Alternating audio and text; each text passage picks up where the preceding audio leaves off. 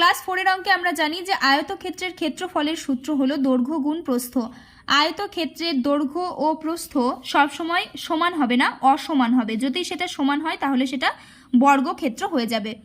দৈর্ঘ্য ও প্রস্থ যদি একই হয় তবে সেটি হবে বর্গক্ষেত্র। আগে আমরা দেখলাম যে দৈর্ঘ্য এবং প্রস্থ এই দুটো যদি সমান হয়, অর্থাৎ এরকম হয় জিনিসটা, তবে এটি হয়ে যায় বর্গক্ষেত্র। আর যদি অসমান হয় তাহলে সেক্ষেত্রে এটি হবে আয়তক্ষেত্র। এদিকে এদিকে সমান, এদিকে এদিকে সমান, ঠিক আছে। তারপর দেখছি আয়তক্ষেত্রের দৈর্ঘ্য 4 মিটার এবং প্রস্থ 3 মিটার। আমরা আগে দেখেছি আয়তক্ষেত্রের দৈর্ঘ্য গুণ প্রস্থই হলো ক্ষেত্রফল।